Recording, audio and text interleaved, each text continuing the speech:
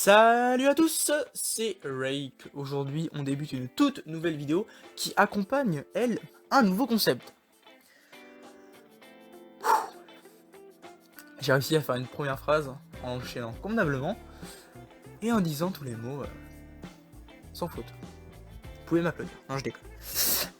Bon, pour commencer, je vais vous expliquer le concept de cette vidéo, qui est un petit peu particulière et qui n'est pas, on va dire, habituelle sur ma chaîne. Le but aujourd'hui est de répondre à une question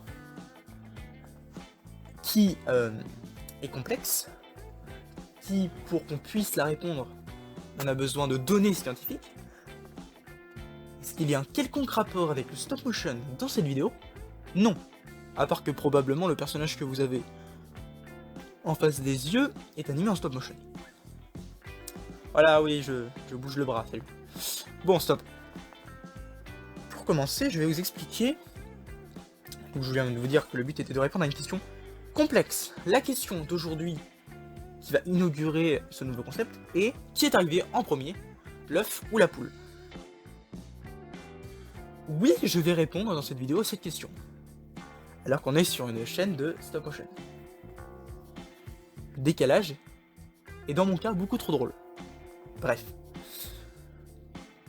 Pour commencer, pour tenter de répondre à cette question qui, ma foi, m'a l'air complexe, mais vous allez voir dans quelques minutes qu'elle ne va pas l'être, enfin qu'elle ne l'est pas réellement. Pour commencer, je vais vous donner la définition des deux mots phares, des deux mots les plus importants de cette question, qui sont l'œuf, le terme œuf, et le terme poule. Qui sont quand même les deux choses qui sont importantes. Vous avez compris. Et le terme premier, je ne vais pas le définir parce que normalement tout le monde sait ce que c'est. Le mot premier, tu es premier de la classe, tu es premier ministre, tu es premier commandant sous l'ordre de Riker, tu es... j'ai pas d'autres exemples, bref. Donc, je vais vous définir ces deux termes. Pour commencer, le terme œuf, définition chopée sur internet, car...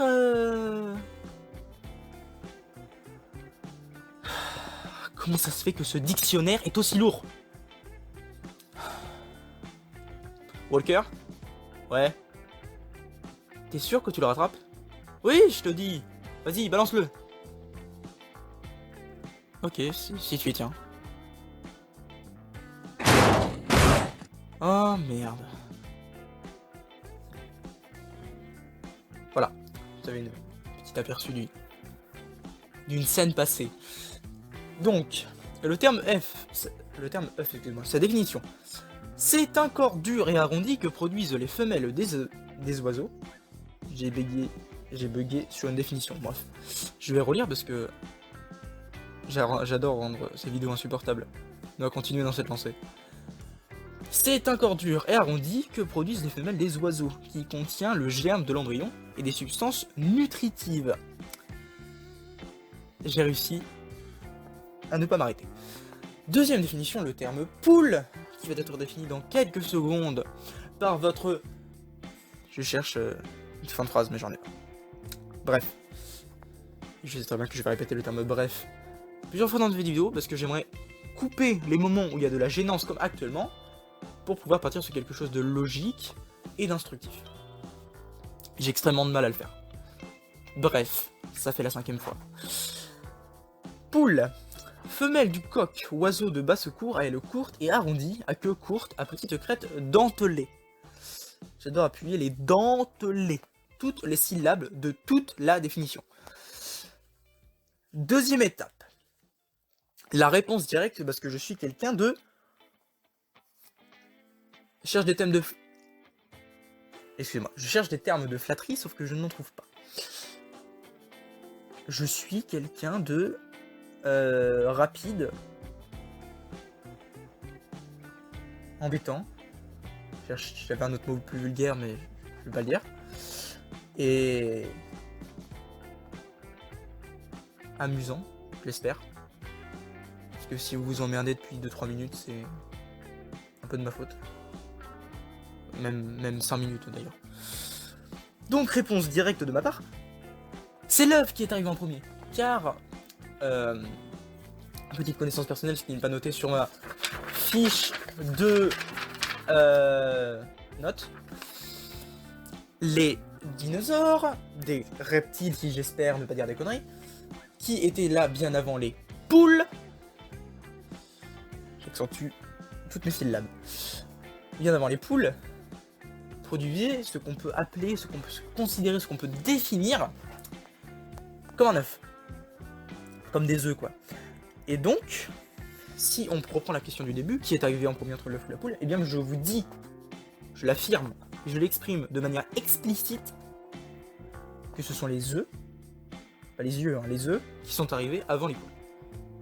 Fin du débat. Et vu que je suis quelqu'un qui aimerait faire une vidéo potentielle de 10 minutes pour pouvoir mettre des pubs, même si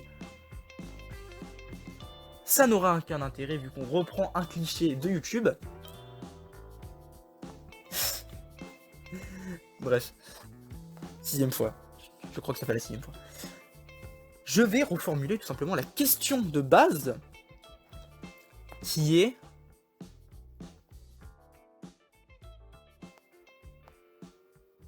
Thorn. Ah, Rake. Tu as regardé la vidéo? Ouais, je suis au début là, mais... T'as conscience que c'est pas ouf. Enfin, je veux dire, tu parles pendant 5 minutes pour ne rien dire et... Après, tu enchaînes sur quelque chose de scientifique. Je sais. J'ai tenté de nouveaux trucs. Et tu penses sincèrement que ça va plaire aux gens qui regardent la vidéo? Enfin, si je te donne mon avis, je trouve ça... Vraiment très nul, quoi. Ah oui. Oui, enfin, c'est pas intéressant, quoi. L'œuf ou la poule, qu'est-ce qu'on en a à foutre? On est des putains de robots qui vivent dans l'espace. Je veux dire, c'est pas de... Les poules et les œufs, on s'en fout, quoi. Alors, si je devrais t'expliquer brièvement, c'est juste pour tenter d'amener du scientifique sur cette chaîne, en essayant de garder mon énergie habituelle, c'est-à-dire dire essentiellement des conneries et parler pendant 5 minutes pour ne rien dire. D'accord. Et ben je peux te dire que Rake, tu as bien réussi. Tu as très bien réussi à le faire dans cette vidéo, parce que c'est vraiment un désastre. Merci Form. Bon après je te dis ce que je pense. J'ai compris. Merci. Ok. Je vais donc reformuler cette question. Qui est arrivé en premier entre l'œuf de poule et la poule? Ce qui est légèrement plus compliqué. Pour pouvoir répondre à cette question brièvement, si ça paraît complexe, je vais vous faire part d'un terme qui va nous aider à trouver une solution, à donner une réponse convenable à cette question. Le terme est le principe de l'évolution. Il y a 2 termes en ce terme. Donc, principe de l'évolution, définition que j'ai trouvé encore une fois sur internet. Walker, ça va? Walker? Walker. La définition est donc, en biologie, l'évolution et la transformation du monde vivant au cours du temps, qui se manifeste par des changements phénotypiques des organismes à travers les générations. Et vu que moi, je n'ai aucune idée de ce que veut dire le terme phénotypique, j'ai cherché la définition de ce terme. Phénotypique. En génétique, le phénotype est l'ensemble des traits observables d'un organisme quelconque. Comme... Pourquoi je suis obligé de faire des comparaisons à chaque fois que je vais vous donner un exemple et vous expliquer, encore une fois brièvement, ce que ça veut dire. En gros, c'est, si j'ai bien compris cette définition, parce qu'on n'est pas à l'abri d'une énorme connerie, c'est le physique, ce qui est observable par nos yeux, du monde vivant. En gros, moi j'ai une... Je vais m'arrêter là. Je me tais.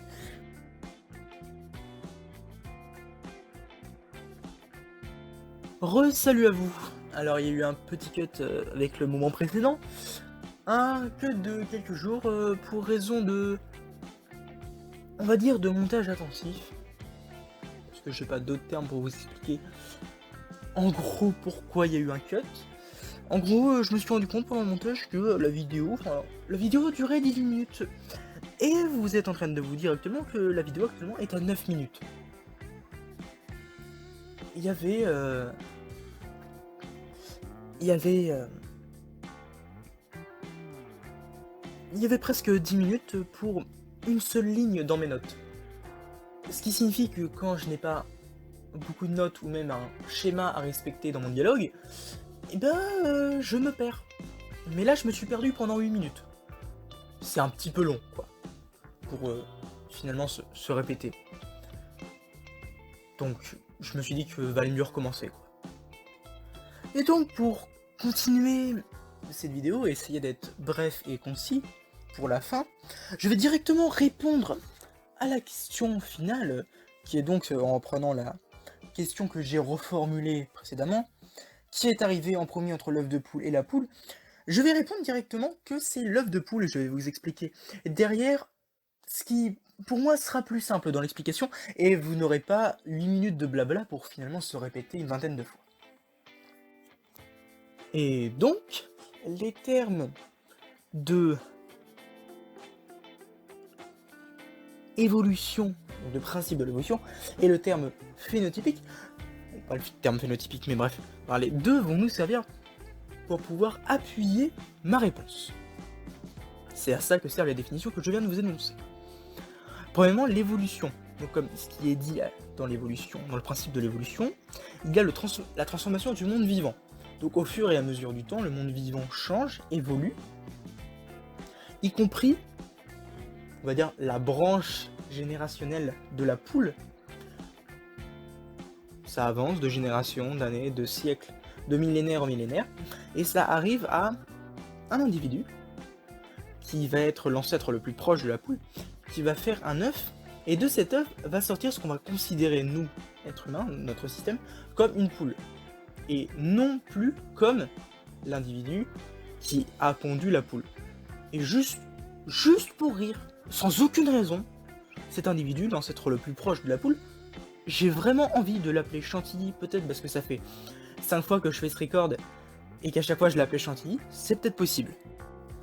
Et donc, cet individu qui s'appelle Chantilly, comme je viens de le dire, oui, j'ai encore stoppé un record et j'en ai encore recommencé un. Bref, faut arrêter ça. Et donc, cet individu nommé Chantilly, comme je viens de le dire, est donc l'ancêtre le plus proche de la poule. Vu que c'est pas le même record actuellement, je suis obligé de répéter ce que j'ai dit il y a 5 minutes pour pouvoir mettre les choses dans l'ordre de ma tête. Donc, pour répondre à la question, ce Chantilly a donc fait un œuf. Un œuf dans lequel est sortie une poule, donc ce qu'on considère actuellement comme une poule. Ma question maintenant, pour qu'on passe d'un chantilly à une poule, il y a un changement phénotypique, comme c'est énoncé dans la définition du principe de l'évolution, un changement phénotypique qui arrive et qui fait changer physiquement, au fur et à mesure du temps, les individus, les espèces, etc.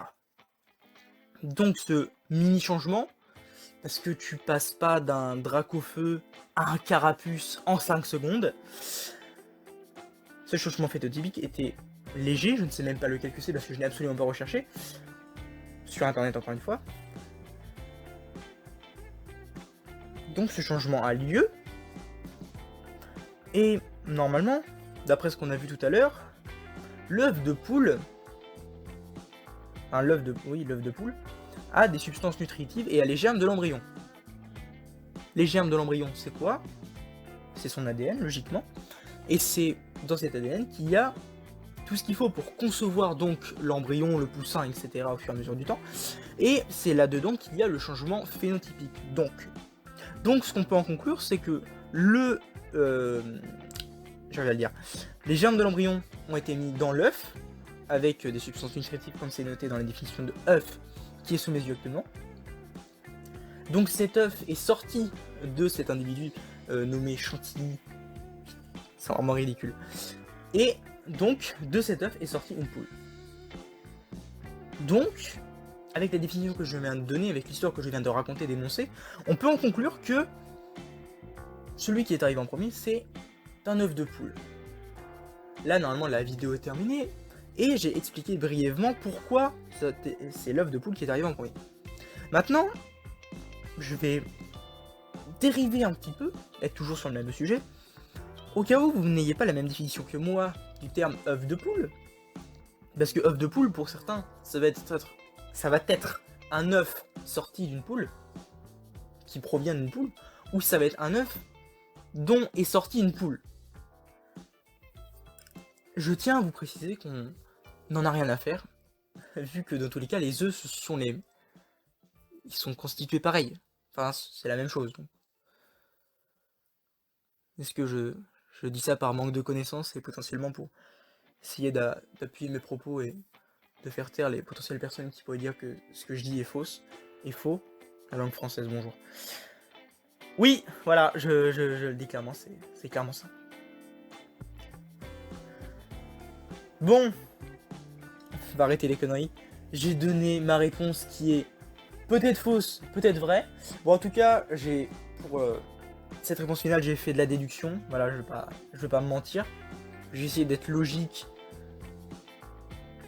mais c'est quand même compliqué.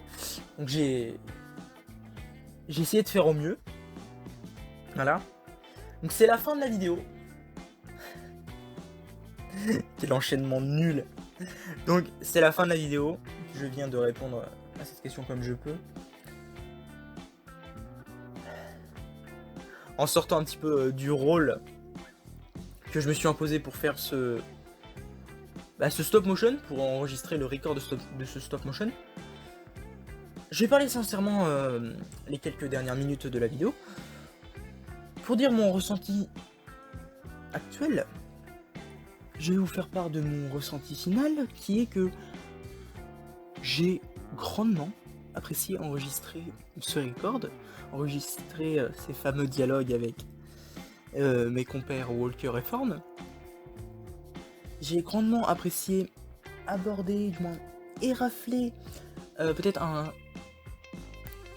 concept scientifique, du moins un procédé scientifique pour tenter de répondre à cette question qui, en réalité, quand on réfléchit, n'a pas réellement de question, enfin réellement de réponse.